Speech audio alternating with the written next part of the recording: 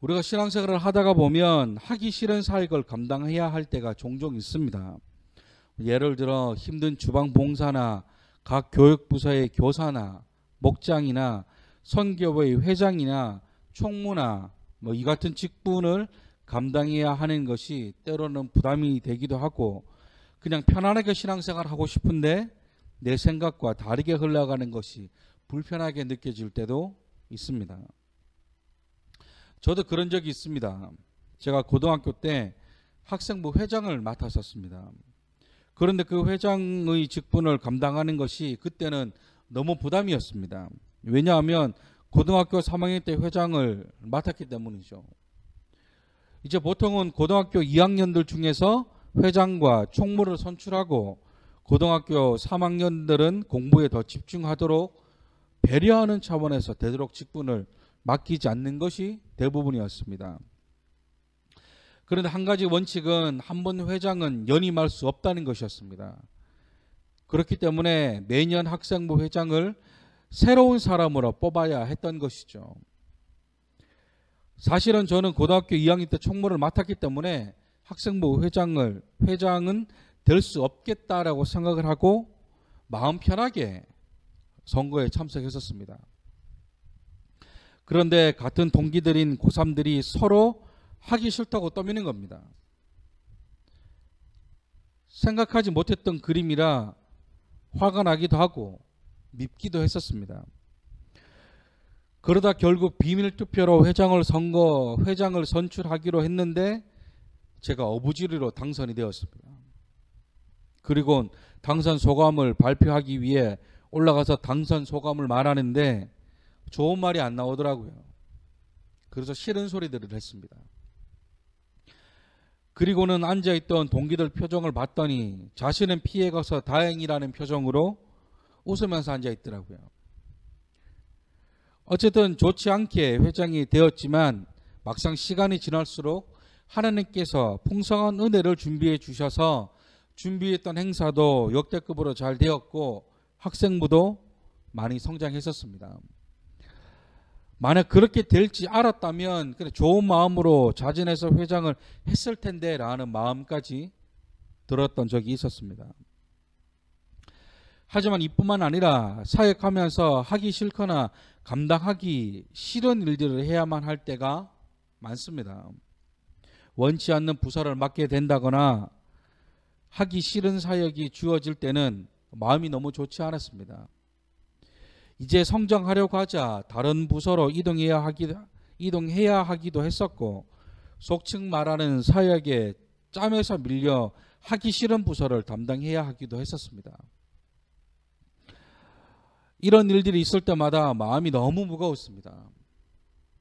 그러나 이런 마음을 위로해 준 것이 있었습니다. 그것은 쿵푸 팬더였습니다. 그 쿵푸 팬더 3탄을 보고 있는데 그 가운데 이런 대사가 나옵니다. 하고 싶은 일만 해서는 높이 올라갈 수가 없다. 하기 싫은 일을 해야 할 때 비로소 성장할 수 있다라는 대사였습니다. 이 대사는 주인공의 아버지가 주인공인 푸에게 한 말입니다. 겁이 많은 주인공 푸에게 전한 대사였습니다. 그런데 저는 마치 그 대사가 하나님이 제게 하시는 음성 같았습니다. 그래서 이때부터 그런 마음이 생길 때마다 기도함으로 이 마음은 하나님이 주시는 마음이 아니라고 선포하면서 맡았던 사역들을 감당해 나갔었습니다. 지금 이스라엘의 상황도 이와 같은 상황입니다. 지금까지 느헤미야 1장부터 앞장 10장까지 수많은 일들이 있었습니다. 하지만 하나님이 원하시는 성벽도 재건되고 백성들도 말씀으로 다시 신앙 공동체가 회복되었습니다. 또한 10장에서는 하나님과의 언약을 기록하여 임봉하기까지 합니다. 그런데 아직 문제가 끝나지 않았습니다. 그것은 아무도 하나님의 성전이 있는 예루살렘으로 이주해서 살려고 하지 않는 겁니다. 다시 말해 이스라엘 백성들 가운데 예루살렘으로 가려고 하는 사람이 많지 않았다는 것입니다. 정말 의외의 모습입니다. 우리 생각에는 이렇게 은혜를 받았고 하나님의 역사를 경험했다면 너나 할 것 없이 하나님의 성전이 있는 예루살렘으로 가고 싶었을 텐데 가지 않는 겁니다. 사실 이들이 예루살렘으로 가지 않으려고 한 것에는 이유가 분명히 있기는 있습니다. 왜냐하면 그 당시 예루살렘은 예수님 당시의 예루살렘과 다른 개념입니다. 예수님 당시에는 예루살렘이 수도의 개념이었지만 이때는 예루살렘이 수도의 개념이 아니었습니다. 그냥 여러 지역 가운데 하나의 성읍이었습니다. 그렇게 크지도 않았어요. 또한 예루살렘은 이스라엘 지도로 보면 위쪽에 위치해 있습니다. 그 말은 당연히 이방 민족의 공격에 취약할 수밖에 없다는 것이죠. 그리고 느헤미야 7장 말씀을 보면 이들이 성벽 재건에 집중했기 때문에 아직 살 집을 건축하지 못한 상황이기도 했었습니다. 느헤미야 7장 4절 말씀입니다. 그 성읍은 광대하고 그 주민은 적으며 가옥은 미처 건축하지 못하였음이니라. 아직 가옥이 건축되지 않았습니다. 이렇게만 보면 가지 않으려는 이유가 분명합니다. 하지만 이렇게 이유를 찾으려고 하면 100가지, 10,000가지도 찾을 수 있습니다. 사역하지 않으려고 마음먹고 그 이유를 찾으려면 수도 없이 찾아낼 수 있습니다. 뭐 여건이 어떻고 시간이 어떻고 환경이 어떻고 수도 없이 찾아낼 수 있습니다. 그럼에도 불구하고 사역을 감당할 수 있는 것은 오직 하나, 하나님이 명령하셨다라는 그 이유입니다. 이 이유 하나만으로도 내 삶과 나의 인생을 버려두고 그 사람 하나 없는 오지로 선교를 가시는 분들도 많이 계십니다. 문화가 다르고 언어가 다르지만 하나님이 보내셨다는 그 명령 하나로 내 삶을 뒤로하고 그 오지로 가시는 선교사님들을 보면 우리의 모습이 참 부끄럽습니다. 똑같이 감당하겠다 하면 그 이유 역시나 수도 없이 찾아낼 수 있습니다. 그러나 아쉽게도 지금 이스라엘은 가지 않으려고 합니다. 그러자 이에 대한 대비책으로 느헤미야가 선택한 것이 제비를 뽑아서 거주해야 한다는 것이었습니다. 그 제비 뽑기를 한 장면이 오늘 본문 말씀입니다. 제비를 뽑아 이스라엘 전체 가운데 10분의 1을 거룩한 성 예루살렘에 거주하도록 하겠다는 것이었습니다. 정말 가기 싫었을 것 같습니다. 하지만 자원한 자들도 있었습니다. 그래서 11장 가장 첫 부분에 지도자들은 예루살렘에 거주하였다라고 말씀합니다. 솔선수범입니다. 지도자들이 먼저 예루살렘에 거주하는 것. 사실 오늘 말씀을 준비하면서 가장 많이 신경 쓰였던 것이 오늘 말씀의 제목이었습니다. 오늘 말씀의 제목을 어떻게 할까 고민하다 딱히 생각나는 것이 없어서 그냥 느끼는 대로 하자고 해서 이렇게 지었는데 조금 직관적이라 부담되기는 합니다. 그러나 이 또한 하나님의 말씀이기 때문에 그대로 전합니다. 하기 싫은 일을 해야 할 때, 그렇다고 한다면 오늘 말씀을 통해 우리에게도 있을 수 있고 지금 있을 수도 있는 이 하기 싫은 일을 해야 할 때 어떻게 해야 하는지 우리가 말씀을 통해 알아보기를 원합니다. 하기 싫은 일을 해야 할 때 첫 번째는 지도자들을 본받아야 한다라는 것입니다. 앞에서도 잠시 언급했지만 지금 이스라엘의 상황은 자진해서 예루살렘으로 이주할 생각이 그렇게 많지 않는 상황입니다. 그럼에도 불구하고 본문 1절 첫 문장부터 백성의 지도자들이 먼저 예루살렘에 거주하였다고 말씀합니다. 그런데 한편으로 생각해 보면 지도자들이야 예루살렘으로 가고 싶었을까요? 아마도 마음은 동일하게 주저하지 않았을까 싶습니다. 그러나 예루살렘에 먼저 가서 거주하는 것이 이스라엘을 위한 행동이었다면 그렇게 할 수 있었을 것 같습니다. 나 자신과 내 가족을 생각해서는 예루살렘에 가지 않는 것이 맞을 수도 있습니다. 그러나 더 넓은 의미에서 이스라엘을 위해서, 하나님을 위해서 가는 것이 옳은 일이라면 가야 하는 것이죠. 이것이 지난 시간에 말씀드렸던 하나님 중심의 생각이 아닐까 싶습니다. 사람은 누구나 하고 싶은 일만 하려고 합니다. 또한 익숙한 일에서 벗어나 낯선 일을 하는 것을 그렇게 좋아하지 않습니다. 그러나 다른 곳으로 가야 하는 것이 하나님의 뜻이고 하나님이 원하시는 것이라면 지도자들이 그렇게 했던 것처럼 자진하는 마음으로 나아가는 것이 하나님이 주시는 마음입니다. 내 생각으로는 할 수 없는 이유만 생각나고 할 수 없는 이유만 수십 개를 만들어낼 수 있지만 오직 단 하나, 하나님의 말씀이라면 내 생각이 아니라 하나님의 생각으로 판단하는 것이 그리스도인의 자세입니다. 저도 제가 잘하는 사역만 하고 싶습니다. 그러나 의도치 않게 다른 사역들을 맡게 되었습니다.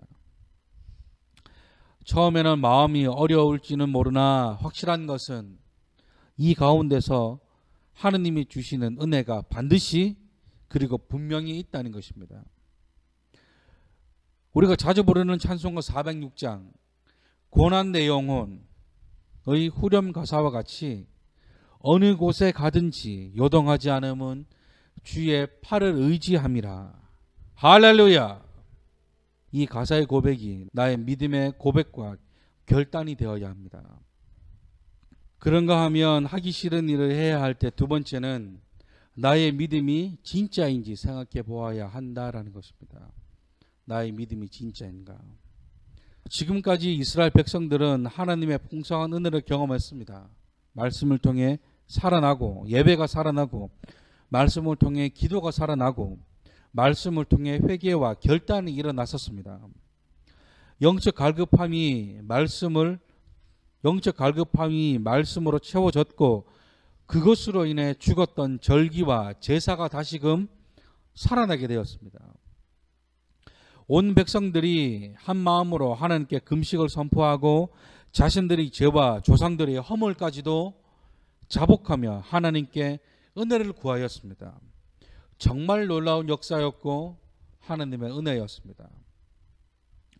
그런데 오늘 본문 말씀 가운데 등장하는 장면에서는 전혀 은혜 받은 자와 같은 행동은 없습니다. 왜요? 아무도 하나님의 명령에 순종하지 않으려고 하고 있기 때문입니다. 예루살렘으로 가려고 하는 자들이 많지 않기 때문입니다. 많은 사람들이 예루살렘으로 가서 성전을 지키고 무너졌던 절기와 제사에 불을 다시금 일으켜야 하는데 위험할 수 있다는 생각에 선뜻 나서지 않고 있다는 것입니다. 인간적인 생각으로서는 충분히 이해가 갑니다. 너무 이해가 됩니다. 그러나 하나님의 마음으로는 조금 실망스러운 모습은 아닐까 싶습니다. 우리가 잘 알고 있는 야고보서 2장 17절 말씀, 이와 같이 행함이 없는 믿음은 그 자체가 죽은 것이라. 우리가 잘 알고 있는 말씀 가운데 하나라고 생각합니다. 말씀 그대로 행함이 없는 믿음은 그 자체가 죽은 믿음이라 말씀합니다. 다시 말해 순종하지 못한 믿음은 진짜 믿음이 아니라는 것이죠. 또한 야고보서 2장 22절 말씀, 내가 보거니와 믿음이 그의 행함과 함께 일하고 행함으로 믿음이 온전하게 되었느니라. 뭐라 말씀합니까? 믿음이 행함과 함께 일하고 행함으로 믿음이 온전하게 된다고 말씀합니다. 다시 말해 믿음이 행함과 함께 일합니다. 이 말은 순종함으로 믿음이 완성된다는 것이 아닙니다. 이 말을 원어로 가깝게 번역하면 믿음이 있다면 행함으로 증명하라는 것입니다. 너의 믿음이 진짜 믿음이라고 한다면 행함으로 하나님과 사람들 앞에 증명해 보라는 것입니다. 이스라엘 백성들이 그렇게 은혜를 받고 믿음이 생겼다면 순종함으로 그 믿음을 하나님과 사람들 앞에 증명해 보라는 것입니다. 그런데 지금 이스라엘은 전혀 그런 모습이 아닙니다. 많은 사람이 예루살렘으로 가기를 주저하니까 결국에는 제비 뽑기까지 해야 하는 지경에까지 이르렀습니다. 그런데 이런 모습이 우리에게도 있지 않을까? 우리의 모습도 크게 다르지 않습니다. 믿음이 있다고, 기도 생활 많이 한다고, 성경 많이 보고 모든 예배에 참석한다고 해서 믿음이 좋다고 말할 수는 없습니다. 물론 믿음이 어느 정도 있으니까 이 모든 것들을 행할 수 있는 것은 맞습니다. 그러나 신앙생활 10년 했다, 20년 했다, 30년 했다는 것이 중요한 것이 아니라 지금 당장 교회 김장합니다. 교회 총사합니다. 주방 봉사자들을 모집합니다. 어느 교육부서 교사를 모집합니다. 성경 공부합니다. 새벽 예배 때 주차 봉사해 주실 수 있는 성도님들을 모집합니다. 그 광고에 이름을 적을 수 없다면 나의 믿음이 진짜 믿음이라 말할 수 있겠습니까? 물론 여건이 되지 않을 수도 있습니다. 하지만 되지 않는 여건만 생각한다면 아무도 행함을 나타낼 수 없습니다. 되지 않는 상황이지만 되게 하려고 애쓰는 모습이야말로 행함이 있는 믿음입니다. 제가 진짜 무슨 한 맺힌 사람 같은데 어떨 때는 이런 광고를 냈지만 몇 주가 지나도 깨끗한 광고지를 보면 너무 마음이 아픕니다. 심지어 직분자는 아무도 없는데 교회에 등록하신 지 얼마 되지 않은 성도님이 가장 먼저 이름을 적으시는 것을 보면 너무너무 부끄럽습니다. 믿음이 있다면 행함으로 증명하십시오. 말씀을 정리합니다. 오늘 말씀을 한마디로 정의하자면 순종이 제사보다 낫다. 내가 하기 싫은 일, 하고 싶지 않은 일이라 하더라도 순종함으로 나아간다면 분명 하나님께서는 그 마음과 행동을 보시고 은혜로 역사하실 것입니다. 그리고 그 순종을 기억하실 것입니다. 이 시간 이 찬양으로 하나님 앞에 나아가셨으면 좋겠습니다. 예배자라는 찬양입니다. 이 찬양의 가사처럼 아무도 예배하지 않는 그곳에서 주를 예배하리라. 아무도 찬양하지 않는 그곳에서 주를 찬양하리라. 아무도 헌신하지 않는 그곳에서 주께 헌신하리라. 이 찬양의 가사가 저와 여러분들의 결단이 되기를 소망하는 마음으로 우리 이 찬양 하나님 앞에 올려드리시겠습니다.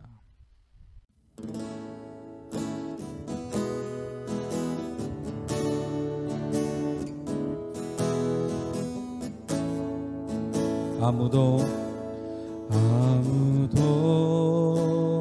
예배하지 않는 그곳에서 주께 예배하리라. 아무도 찬양하지 않는 그곳에서 나 주를 찬양하리라. 아무도 헌신하지 않는 그곳에서 주께 헌신하리라.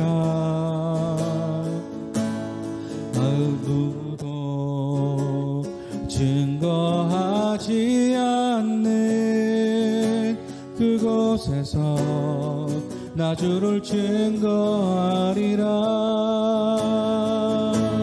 내가 밟는 모든 땅 주를 예배하게 하소서. 주의 주의 보혈로 덮어지게 하소서. 내가 선이고 주의 거룩한 곳 되게 하소서. 주의 향기로 물들이소서. 다시 고백합니다. 아무도 예배하지 않는 그곳에서 주를 예배하리라. 아무도 찬양하지 않는 그곳에서 나 주를 찬양하리라. 아무도 헌신하지 않는 그곳에서 주께 헌신하리라. 누구도 증거하지 않는 그곳에서 나 주를 증거하리라. 내가 밟는 모든 땅 주를 예배하게 하소서. 주의 보혈로 덮어지게 하소서. 내가 성이고